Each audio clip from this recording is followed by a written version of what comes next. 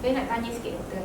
Sebab selalunya daripada saya kecil dulu kan, orang selalu cakap kat saya, kau kerja kenapa kau pakai tudung? Kita masih lagi sama dengan Dr. Hafiz daripada Akademi Serang Dr. Hafiz, dan juga Krishna Kumar daripada Tamiza Media Portal. Okay?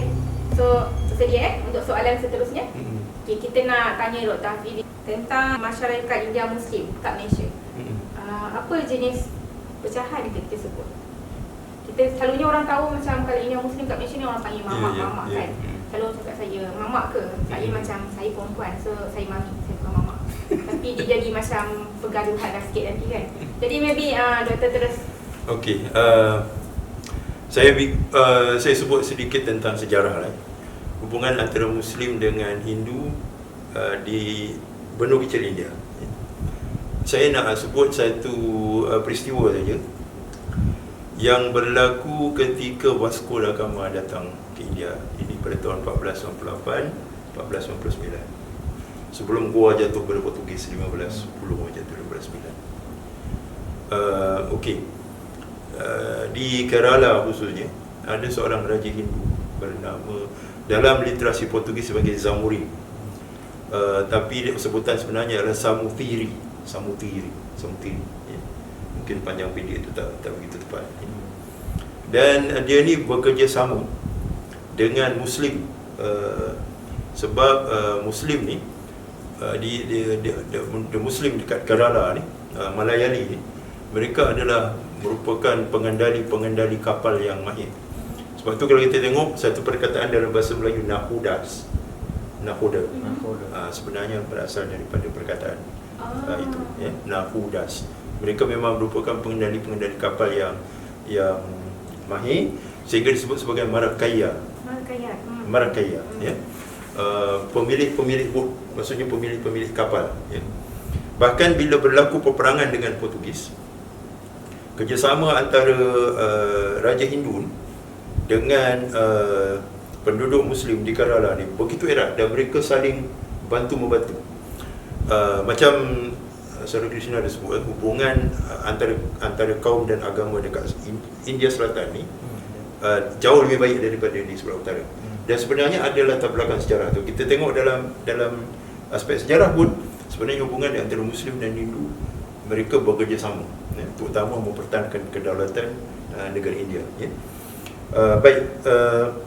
Okey, itu latar belakang sedikit bagaimana hubungan antara Hindu dan Muslim ini adalah satu hubungan yang positif, ya, dan saling bantu-membantu. Bahkan Samutiri ni dia melantik admiral, ya, Laksmana yang disebut sebagai Maraka Kanjuli Maraka, macam admiral lah, macam ketua terus angkatan laut, ya, daripada kalangan Muslim.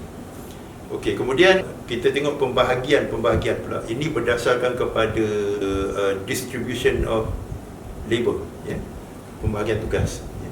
Kalau kita tengok orang-orang Malayali ini sampai ke Tamil Nadu, ya, mereka ni kemudiannya berpindah ke sebelah timur apabila Portugis mengganggu aktiviti perniagaan di sebelah pantai barat, ya. Mereka telah bercampur dengan orang-orang Tamil lah. Orang Malayali ini bercampur dengan orang Tamil, dan di situ tiga pembahagian tugas, ya, dikenal pasti. Yang pertama dipanggil Maraka ni adalah orang yang menguasai lautan. Yang kedua adalah Rauda ni adalah mereka yang terlibat di dalam pengurusan kenderaan, kuda, gajah dan sebagainya. Rauta. Bahkan sehingga sekarang pun kita tengok ada yang nama American, kan, American Rauta. Itu sebenarnya merujuk kepada nenek moyang mereka, ya, dengan tugas-tugas tradisi itu semua. Dan yang ketiga adalah Labai ni, yang kita sebut sini Labai sekarang ni, mereka ini adalah orang-orang yang menguasai agama. Dia disebut sebagai ustaz lah, sebagai ulama-ulama, kan. Cuma sekarang ni dia macam sudah jatuh dia punya gelaran tu. Sampai ada macam Lebai, ada sekumpulan bahasa Lebai Malang, kan. Padahal dia adalah satu kategori yang mulia, kan, orang yang menguasai agama. Ini pembagian tugas lah. Okey. Dan dari segi sumbangan Muslims, terutama Maraka ataupun kalau yang berada dekat Kerala tu kita main Marakaya, mereka ni pada zaman British, ya, adalah merupakan penghubung yang sangat baik dengan semenanjung tanah Melayu ataupun semenanjung Malaysia sekarang ni, disebabkan mereka menguasai lautan dan merupakan pengendali kapal yang mahir. British terpaksa bergantung pada mereka. Ya. Jadi sebab tu kita tengok urusan perdagangan, ya, ke Penang, ke Melaka, ke Singapura, ke negara-negara Selat memang melibatkan golongan Marakan, ya. Kira macam pakar dalam Yes. bidang tu lah. Dan bukan itu saja, mereka ini boleh bertutur dalam bahasa Melayu sebab mereka berulang-alik kan kat Penang, Melaka dan itu merupakan satu aset yang cukup penting bagi British untuk mengembangkan perdagangan mereka, sebab they need intercessor ataupun orang tengah dari segi menghubungkan dia dengan pihak local authority, ya, sama ada sultan ke pembesar ke, yang mana mereka boleh sebab tu kita tengok Shah Bandar dekat Melaka tu dilantik daripada kalangan orang Tamil, kan, iaitu Raja Mendalia. Dia adalah seorang Tamil. Kita lihat satu aspek lagi yang saya baca ialah orang-orang Tamil Muslim ini, mereka mengamalkan juga sistem matrilineal. Matrilineal ni maksudnya bukan dalam arti kata dia menasabkan keluarga turunan pada wanita, tapi dia bagi empowerment dari segi pemilikan harta, perniagaan dan sebagainya. Sebab tu kita tengok mungkin Muslim women, Indian Muslim women, ya, dia lebih empowered dari segi bisnes sebab it is in the system, ya. Ini the system. Dan satu lagi disebabkan oleh orang lelaki berniaga di luar negara, macam berniaga di Melaka. So mereka ini berkahwin dengan orang tempatan, di samping mempunyai isteri di kampung mereka sendiri, ya.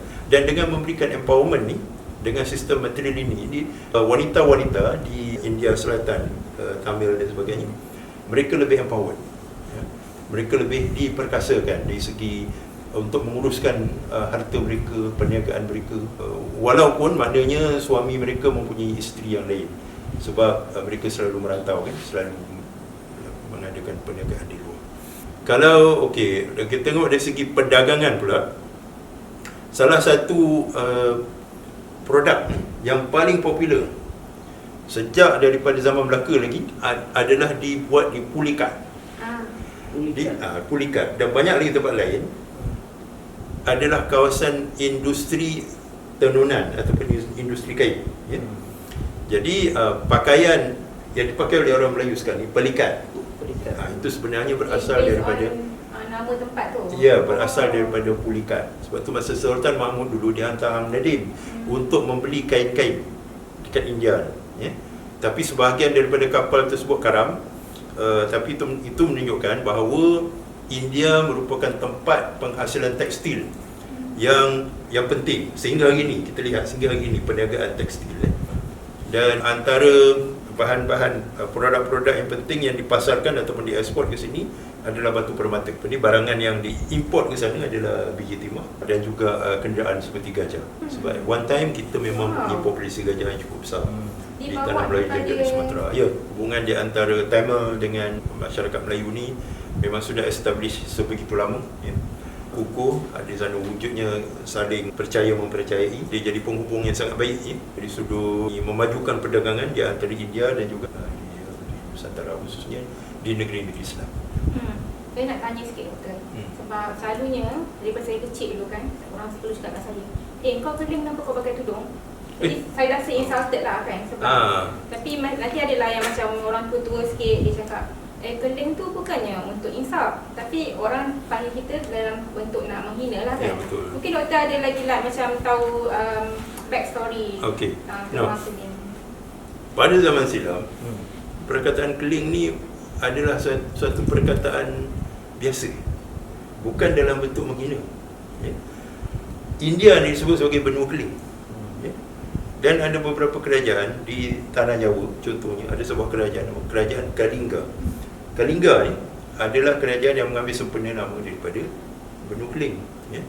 Jadi orang-orang seperti tadi kita dah sebut, Raja Mendalia, Laksamana Khoja Hasan, Bendahara Sri Maharaja Tun Mutahi, mereka ini adalah orang-orang keling. Tapi ketika itu perkataan keling tu tidak bermaksud untuk menghina ataupun taunting, ya, bukan untuk merendah-rendahkan. Cuma saya tak tahu kenapa bermula pada tahun 60-an, ini kalau kita baca literasi dia, bermula pada tahun 60-an, keling tu membawa satu konotasi yang negatif dan digunakan untuk merendah-rendahkan kaum India. Bagaimana ianya bermula itu kita tak ada maklumat kan, mungkin ada lah latar belakangnya, tapi setakat ni saya tak jumpa apa yang mencetuskan perkataan itu digunakan dalam bentuk yang menghina. Jadi sekarang ni memang kita tak boleh gunalah perkataan keling tu sebab dia konotasi dia. Bila kita kata keling saja, orang akan kata ini sudah menghina kaum India. Padahal dalam konteks sejarah dia merujuk kepada benua. Satu nama biasa saja. Kan? Ya. Maknanya kalau seseorang gunakan dia bangsa keling. Kan? Kalau kita tengok Habib Noh Habib Noh dekat Singapura, seorang ulama yang terkenal tu, dia dilaporkan dalam berita ketika dia hidup dan sebab dia seorang yang sangat berpengaruh. Dan apatah lagi ketika dia meninggal dunia, akhbar berbahasa Inggeris merujuk dia sebagai a cling man. Dia memang mempunyai darah India, ya? A cling man. So it's not an insult sebenarnya. Bukannya satu bentuk penghinaan. Ya, memang satu kalimah yang digunakan untuk merujuk kepada orang India. Waktu tu memang dia tak sebut sebagai orang India. Sebab benua ni pun namanya benua keling. Bukan benua kecil India. Ya, dulu orang mereka nak rujuk tak ada apa-apa nama Malaysia, India. Jadi terpaksa guna nama yang dah familiar. Cumanya saya nak ingatkan para pendengar lah, jangan guna istilah tu sekarang sebab dia sudah membawa konotasi yang berbeza kan. Dalam konteks hari ini mungkin ianya sangat negatif. Jadi kita elaklah daripada menggunakan perkataan ni. Jangan panggil saya macam ni. Okey, kita ada apa-apa nak close? Okay. So kita ni kalau rakyat Malaysia, kalau kita keluar daripada Malaysia, kita selalu cakap Malaysia ni negara yang berbagai agama, berbagai bangsa. Selalu kita bangga pasal macam tu kan. Tapi bila kita sama-sama kita asyik cari kesalahan, cari keburukan sama-sama lain pula. Jadi bila kita buat macam ni, kita harap semua orang boleh belajar tentang kebaikan each other. Kita fokus persamaan dan kita raikan perbezaan kita. Okey, terima kasih semua. Kita menonton sekali. Terima kasih kepada Fabina juga. Terima kasih kepada Profesor juga atas sesi ini.